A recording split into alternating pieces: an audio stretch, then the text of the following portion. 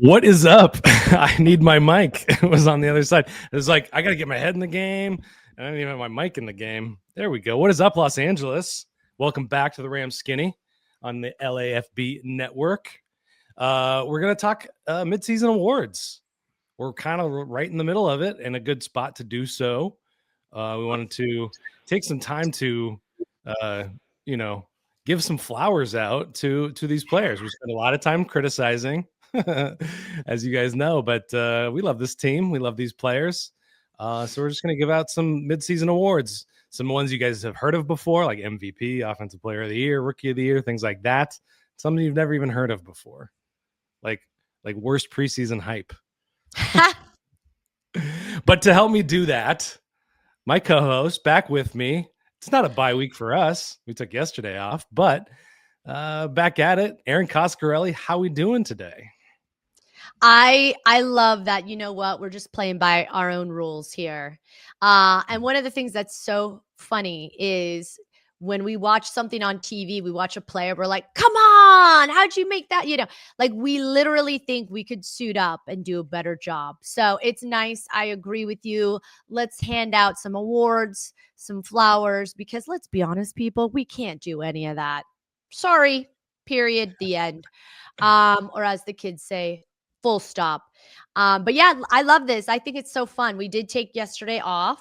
We're always working hard to bring the best and most interesting storylines about the Rams to their very loyal and dedicated fan base. And now they're in a really great position. I saw someone post something on Twitter the other day, and I reposted it. Just that, they're 5-2, best since their 2021 Super Bowl campaign.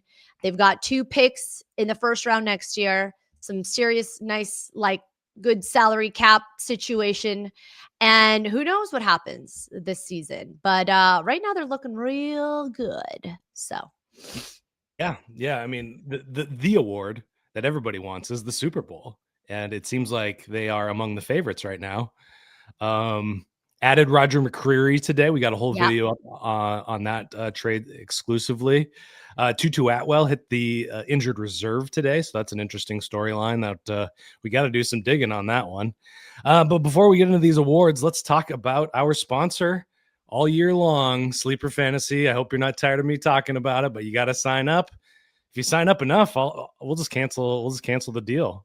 And if you guys sign up, but use code Rams LAFB to get dollar on dollar match up to $100 from Sleeper. Not only are they going to give you $100, but if you sign up now, you get free $20 entry. I really got to get my head in the game. Wow, I shouldn't have taken yesterday off. Sleeper Fantasy is just giving out money basically. And what are you going to do with all that money? Well, you're going to use it to play their daily fantasy, 2 to 8 players, any sport. They're all rolling right now. Got the Dodgers game coming up tonight. Got some Kings action. Got some Lakers action. And, of course, you got your Rammies. So there's always a lot of fun to be had playing that. And they're just giving away free money. So go use that code, Rams LAFB, one word, from Sleeper Fantasy, the fastest growing daily fantasy site out there. Get on it now. All right. So let's jump right into this. Let's start at the top. We're going to go in the opposite order of all the other award shows. We're going to start with MVP. Who is your Rams MVP in the middle of the season so far? There's a lot of ways we can slice this, right? Because we're gonna. But I think for me, the obvious one is, and I've talked to you about it so many times, which is Matthew Stafford, right? Like he's slinging it. He's showing the stats. He's making things work. He's resilient. When he doesn't have Puka, he throws it to Davante. He adapts to the situation. He wasn't available the entirety of training camp. It's not like the guy's, in his prime. He's 37 years old, but he's been doing it for a minute. So it's fair to say for me, the reason why they're rolling 5-2, just out of the bye has a lot to do with the guy leading the charge on offense. And I'm going to give my MVP award to Matthew Stafford. Yeah, it's the obvious one. I mean, he's not in his prime, but he's playing like he's in his prime still. It's amazing to see what he is doing this year, especially coming off that, weird offseason, the back talk, all of that. He's just balling out. And I didn't pick him as my MVP just because I have to zag. I don't know why. I don't know what's wrong with me. I can't play by the rules. But yeah, I mean, you look at his pressure statistics this year when he's blitzed, he's been lights out. Yeah. And we've learned it a couple of times now. 2 games against the Vikings, and then this Jags game, which is mind-boggling that they were even blitzing him, but he just knows how to pick apart the blitz, and that's something you can't really teach. You just learn that as you become an old man quarterback, and it's been a lot of fun to watch. It's great compared to maybe some of the expectations heading in, where it's like, is he going to be able to throw the ball? Is he going to feel good every week? Is he going to be able to be out there?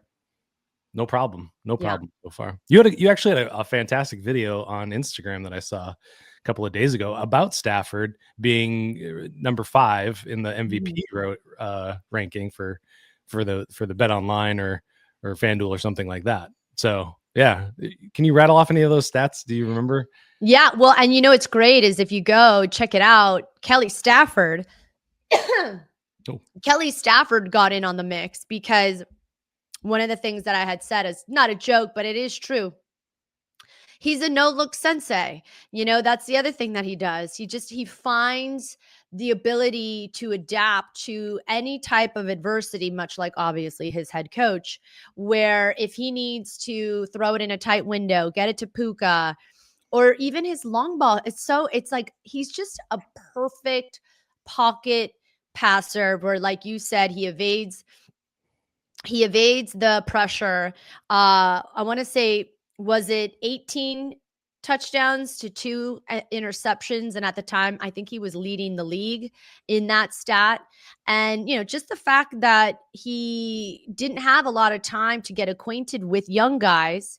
And then, throwing it to Davante Adams, 3 scores and 2 rookies, and adapting to 13 personnel, something that obviously McVay has been wanting to do, but hadn't done it for the previous 4 seasons. I want to say he did it 40%. They did it 40% of the time.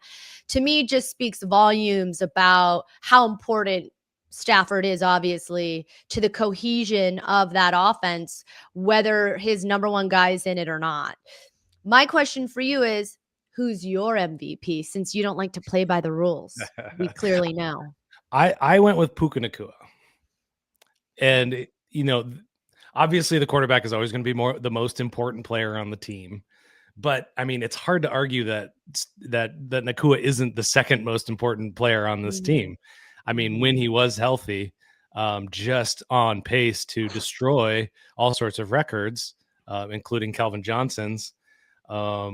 Single season yardage, which is just amazing. And he's been doing it year after year. So when he's healthy, he is integral to this offense. And now you bring up this big change in the offense, moving drastically to a lot of 12 and 13 personnel. Well, they had to without Puka Nacua doing all of the stuff that he does, because he's not just a pass catcher, he's a blocker as well.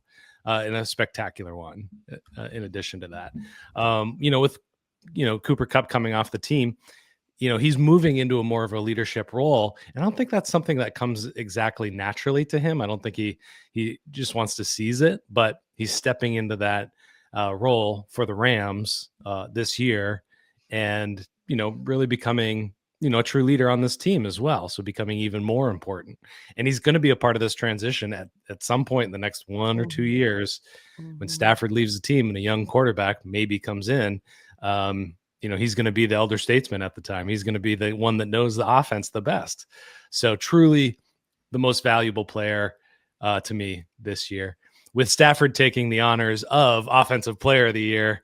Just because, why does MVP have to be a quarterback all the time? That's all I'm saying. Shouldn't be. Anyway, who's your Offensive Player of the Year? Well, it sounds like we've switched roles here because my offensive player of the year, and just in terms of that position, before his injury, of course, he was on pace for a 2,000 yard receiving season in terms of receiving yards. And, I guess we could go back to who was the one that has the closest to 2,000 yards. And I want to say it's Megatron. And then under Megatron, it's Cooper Kupp, which again, who's the common denominator in that? Matthew Stafford. But picking up what he's putting down, it just seems like Puka Nacua, like you can't imagine him getting better, and yet he makes diabolical plays that you're like, I can't even. And not only that, it's not even just in the passing game. He's amazing as a blocker. He's gone through a challenging season personally, by all accounts, without getting too much into the detail with regards to that. And he's just really managed to mature, step up. And when he is in the game, he is a scary guy to contend with. So for me, at the wide receiver position, offensive player of the year, there's no guy that is making such an impact in the offense to me than Puka Nacua, obviously. Yeah. It's hard to talk about these two guys. They're stats. Interchangeable. There's the stats, and then there's the the game stuff, and it's just we can continue to talk about them and just to say how great they are. But I think the pressure statistics for Stafford, and then just what Nacua does for the offense week in and week out, it's you could pick and choose. So for defensive player of the year, I went with Byron Young, because I can't go with the obvious choice. But he's got 9 sacks. He's racked up 9 sacks this year. Yeah. The defensive line is terrifying, and every offense heading going forward has to contend with 4 or 5 guys that can really get after the quarterback, and Byron Young is just the one that's making the most impact right now halfway through the season. So I went with Byron Young. What about you? Okay, so we're going with, what are we going with? Defensive player of the year of the mid-year. Well, let's see. Oh, you know what I did? I didn't do defensive player of the year. Okay. What I ended up doing was, and this is kind of interchangeable as well, but biggest surprise, I'm going to say defensive line. While we knew this team had the makings of quote unquote replacing Aaron Donald and being a defensive unit that had the potential, I think based off of what we saw last year, they had the potential to build on that. But with what they're doing, with getting in, like Nate Landman, figuring out how to pressure the quarterback at one of the highest rates in the NFL with the youth that they have on that side alone. Jared Verse has 42 pressures. Byron Young right behind him with 34, and Kobe Turner 28. Together, that's, I think, 20 sacks, which is the second most in the league, considering they had a bye this week. To me, the biggest surprise is how well that young defensive line continues to make an impact in each game. And then, of course, obviously the offense capitalizing on it. Defensive line for me is it's hard to say it's a surprise, but it's a pleasant surprise based off of what we saw last year and based off of I would say, underestimating how this team could come back without an Aaron Donald, So biggest surprise or best defensive player of the year, I'm going with this unit of the defensive line. It's a great way to think about it too. Honestly, it's hard to do it as an individual award. So I think you're right in saying that. And, we came into this year saying, if this defense could be middle of the pack, they were going to have a really, really fantastic chance to get going a deep run in the playoffs. They're doing better than that. So, the defense on a whole is surprising. as much as we saw kind of some seeds of the dominant defensive line, it is surprising how dominant they really have become. You know, probably, I mean, you got to put them in the top 1, 2, 3 of the league at that position. No doubt. Yeah. No doubt I was going to say, where would you rank them? Would you give them the title of best in the NFL or not yet? You still need to kind of see some more. Well, there's just a lot of really good units out there. I mean, the Browns and Houston and Seattle, you know, they're in there, you know, and the Browns are paying Myles Garrett a boatload of money. You know, Houston's going to get more expensive. I mean, the Rams are going to get more expensive at some point, which is something that's always in the back of my mind. But yeah, it's got to be right up there. And this actually transitions nicely to my next award, which is Coach of the Year, Chris Shula. Yeah. Now, of course, it always goes to a head coach in the real world, but this is just the Rams, and there's only one head coach, and I don't want to name Sean McVay because I haven't been happy with him for all 8 weeks. But my big question about Chris Shula was going to be, you know, what's his identity? Who is he as a defensive mind, as you know, a scheme perspective? You know, Fig Fangio's defense is very famous. Mike McDonald in Seattle is doing his own thing, that, you know, kind of from that Jesse Minter Ravens tree, that area. So that was the question, you know, what is he? And, you know, I don't have a great handle on it, but the way he's employing the defensive line, moving them around constantly. We had Jared Verse over the A gap, you know, flying over a center to disrupt a play. You know, the stunts and the twists and the when he chooses to blitz and when he doesn't, the early down blitz rate is pretty interesting statistic to see. And then just what they've done from a personnel perspective behind that defensive line. Obviously, it doesn't make all of the personnel decisions, but, you know, the secondary is holding together a lot better than they proved the linebacking room. And the defense has been driving this team. The offense has been trying to keep up. And that's not what I anticipated heading into this year. So Chris Shula, Coach of the Year for the Rams for me. Yeah, he definitely deserving, you know, going on the stats, ESPN stats.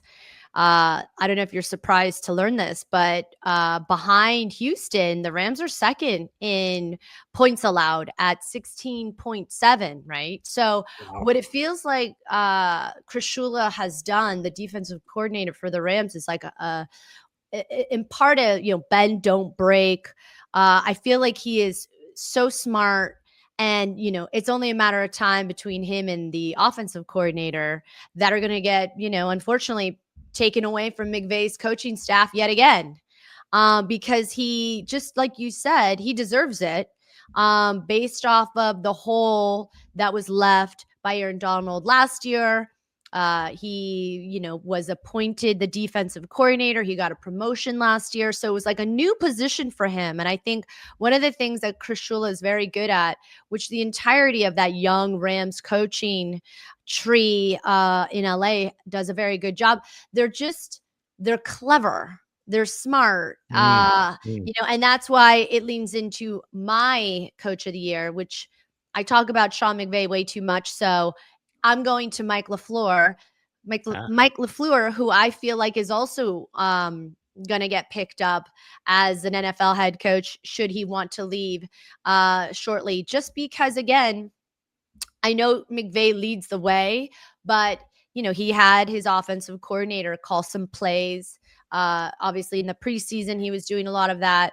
And I think it's a team effort. And what they ended up doing, how they navigated the complexity of the last 2 weeks, you know, going to Baltimore, then staying in Baltimore, having to draw up a new offensive identity without Puka Nacua, and, you know, virtually throwing the ball around to 10 different receivers, and Matthew Stafford being anointed with the most touchdowns in one international game at 5, just really speaks to what Coach Mike LaFleur is doing as an offensive coordinator. And it's not like they don't have a ton of firepower. But remember, last year the issue was their offensive line and what's going on with Blake Corum. So to me, I think taking the things that you could work on and figuring out how to fine tune them, the Rams offensive coordinator has done a really good job of that this year. So. And they have the second, what is it? I think the third best passing offense. Sorry, I was looking at it. And then once you started talking Shula, I took it off. They have, behind the Cowboys and the Niners, their offense is third best in terms of passing offense per game. So, wow. Yeah, I mean, something to build on.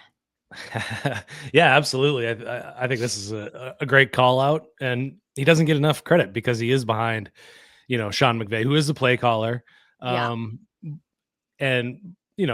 but they obviously get a lot of jobs, so they're not completely under the radar, but I don't think they get enough of the media attention.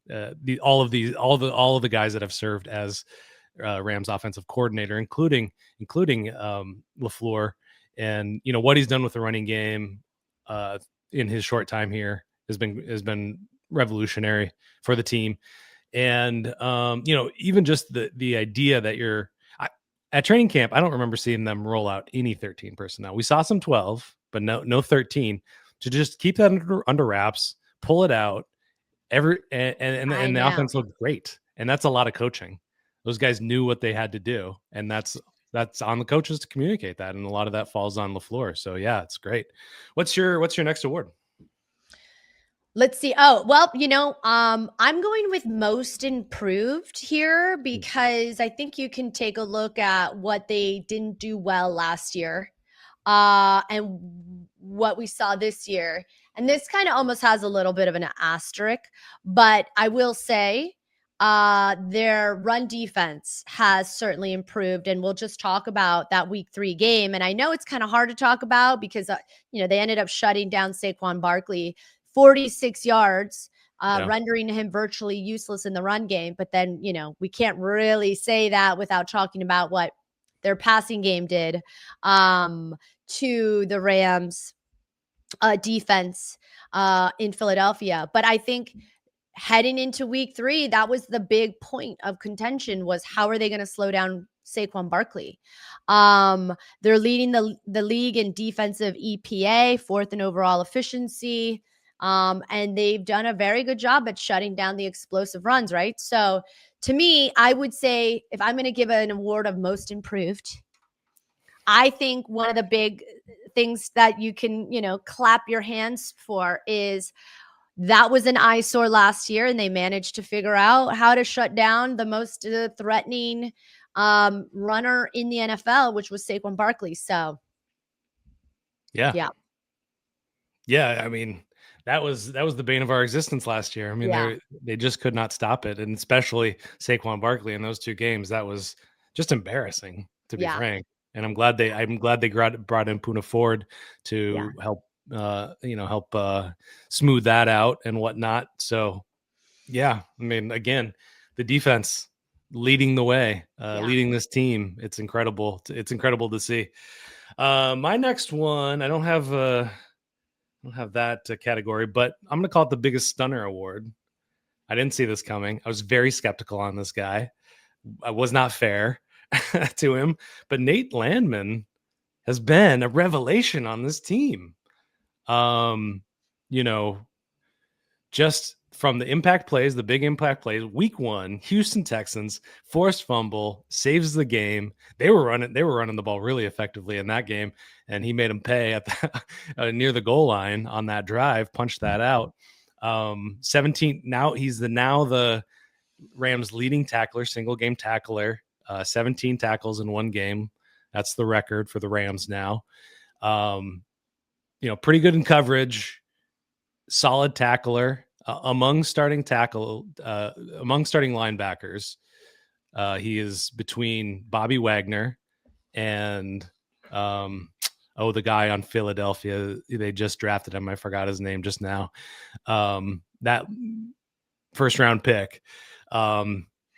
He's in between them in terms of missed tackles, compared to Roseboom last year had 13 missed tackles, and he's only got 2. so far this year. So huge improvement there. I'm glad to be stunned by him. I'm glad he's playing so well. He's got 1.5 sacks, a couple of pressures. So he's doing a lot for this team. So I'm huge relief that they seem to have some stability at the position for at least 1 year. They only have him on a 1-year contract. So we'll see what happens with these defensive contracts at the end of the year. So we'll see if he's back. I imagine they're pretty impressed with him so far, but my biggest stunner for sure. We should do an episode where we talk contracts, right? Because I think you're right. We're going to have to pay some guys. And why not speculate what that could look like? I think people at home are always sort of wondering, at what time do guys need to get paid, right? Like obviously they gave Kyren that big contract at training camp. I remember at the Cowboys training camp. And how will things shake out? So maybe in a few weeks we should do that, because I agree with you, Nate Landman. And again, it just it goes to how great the Rams are at evaluating talent and trying to get people in without overpaying, and finding the pieces to fit in the puzzle that actually works. And you're right. I think there was a lot of skepticism about Nate Landman, and he's come in. I mean, he got the Tom Brady LFG award of the week. I can't remember who they were playing, but he's just a humble guy and grassroots, and he's done a very good job at commanding the defense and being named a captain this year. So certainly deserving of, what was the award called that you decided to call it? Biggest surprise? Biggest stunner. Biggest stunner. See, we're just throwing out names here. This is called the Ryan and Aaron Show, and we're going to call these awards whatever we want them to be.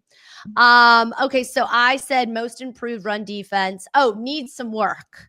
All right, look, I think we can all agree one of the biggest things, aside from the secondary, which they got some depth like we talked about today, special teams. Special teams is, for me, something that I think Sean McVay is still kind of like, we got to really, if we're getting burned on some of these special team opportunities, whether it's a Josh Carty missed field goal or a blocked punt, a blocked kick, either way, an easy mistake to remedy. But the Rams have seemed to be snake bitten, a handful of times in both of those games that they should have won were, due to some special teams missed opportunities, right? With the Eagles and the Niners. So needs a little work. And I think we can circle special teams as a focus moving forward. Ryan? Yeah, well, I think that would be a big stunner award as well, as what Cardi has gone through this year. And I was listening to Jordan Rodriguez joined the Athletic Football Show with Robert Mays and Mike Sando. All three of those people are some of the brightest minds in football right now. So definitely check this episode out. But it was all about the special teams changes. And she was talking specifically about Cardi and those knuckleball kicks. Oh, yeah, that's right. They had a whole section on how the motion of the leg, they practice, they try to, obviously be consistent and perfect with it every time. And they were saying they agree with you that it has had an effect on his emotion and whatnot. But really interesting with the K balls and the different rules around that. It's a great episode. Definitely check that out after you listen to the Rams Skinny, of course. My next one is the worst preseason hype by your guy. I was hyping up this guy. I was so excited, and I was convinced it was going to happen for him. Jarquez Hunter has not seen the field whatsoever as a rookie running back on this team, which is not unusual, but very surprising. I thought, from what I saw in the pass protection drills, I thought he had an edge over Blake Corum for getting on the field. I felt like Blake Corum had a lot to catch up on in that realm. And I thought he would just add a bigger punch and a more explosive element to the running game that is sorely lacking in Kyren's game. Kyren doesn't have that. Now Blake Corum has proved to have improved his pass blocking, and he's also proved to have an extra, maybe let's call it 20% more explosion, which has gashed a couple of teams a couple of times. I would love to see the Rams improve their running game more so. And it's always that question about the McVay doghouse, the McVay, I don't know, plan of attack. I was trying to think of, what is he? I never know. I can never tell what's keeping some of these guys off the field. And if we think back to last year in Blake's rookie year, he barely touched grass in that season. So worst preseason hype from Ryan Anderson, Skinny T was Jarquez Hunter. Do you have any more words? That's a good one, because I think a lot of people had high expectations, like you said, based on what explosiveness maybe Kyren lacked. They were hoping we would get in a Jarquez, but you made a really good point. We didn't see a lot of action from Blake Corum. Took him a minute to, see some time on the football field. And maybe that's what's happening. But yeah, I mean, it would be nice to see him on the field, see what he can do. I'm sure he's frustrated. But what I will say, since I'll parlay after your rookie not of the year, I just decided, why don't we give it to Terrence Ferguson, who obviously, was a slow start for him, but he's showing how he's making his presence known by when he does get involved in the offense. He delivers, right? He came off get his first NFL touchdown in London against the Jags. And I think what's interesting is now with Puka, coming back, how will that offense look? Since, without Puka, they threw the ball to 10 different receivers, and Terrence Ferguson got in some good game action. So he's getting my rookie of the year. I guess he's kind of the safest only option there, but I do like what we're seeing out of him. And again, I think what the potential of what we saw without Puka and moving the ball forward with all that tight end action, this offense could be very scary, Ryan. Well, it should be. I mean, by all accounts, it absolutely should be. Terrence Ferguson is an interesting one, and I think some of today's news might actually work in his benefit about getting on the field more. And it's kind of weird to say this, but Tutu Atwell is supposed to be the vertical element in the offense. As good as Puka is, he's not a vertical guy. Davante is more of a quick off of the first step off the line.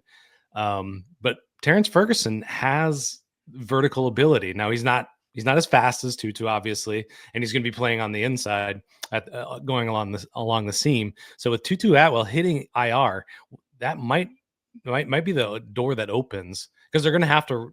Now you're stuck with, I shouldn't say stuck with, but Jordan Whittington is now your third receiver. And, some mistakes from him recently, lots of promise, good blocker. He's the quintessential kind of Rams guy. But I think, that's where Terrence Ferguson is going to be able to get onto the field some more, I think. So I like that. And I expected more from him as well. But it takes a long time to get on the field when you are a rookie tight end. And I noticed that you did a rookie of the year, and so I felt like I had to do a rookie of the year. And I went with Josiah Stewart out of Michigan. He wears number 10 on the defense, and it drives me crazy. I hate seeing that number over there for some reason. I don't know if it's a Cooper Kupp thing or if it's just that's not a number that belongs on the defensive line. But as a rookie, got off to kind of a slow start, not a lot of playing time, but he's earned more and more as we've gone along. And he's got some action out there. 11 pressures, 2 sacks, and just another guy that can be rotated in and out, so that Jared Verse doesn't have to be out there for every snap of the game. And Byron Young, they can rotate it a little bit. That was a big question heading into this year. Is okay, you got these 2 guys, but they can't play every down. So it's nice to see that they got something there. My last award, I'm going to call it the comeback player of the year. And it's not even a player. It's just a body part. Matthew Stafford's back. Matthew Stafford's back has not been an issue whatsoever. And it's probably the biggest relief across football. So good. So here you go. Matthew Stafford's back. You're holding up real well, even though Stafford's still getting hit at a very high rate. The pass protection has not been stellar through the season. Havenstein's been out. I think Dotson's been banged up. Avila has been out.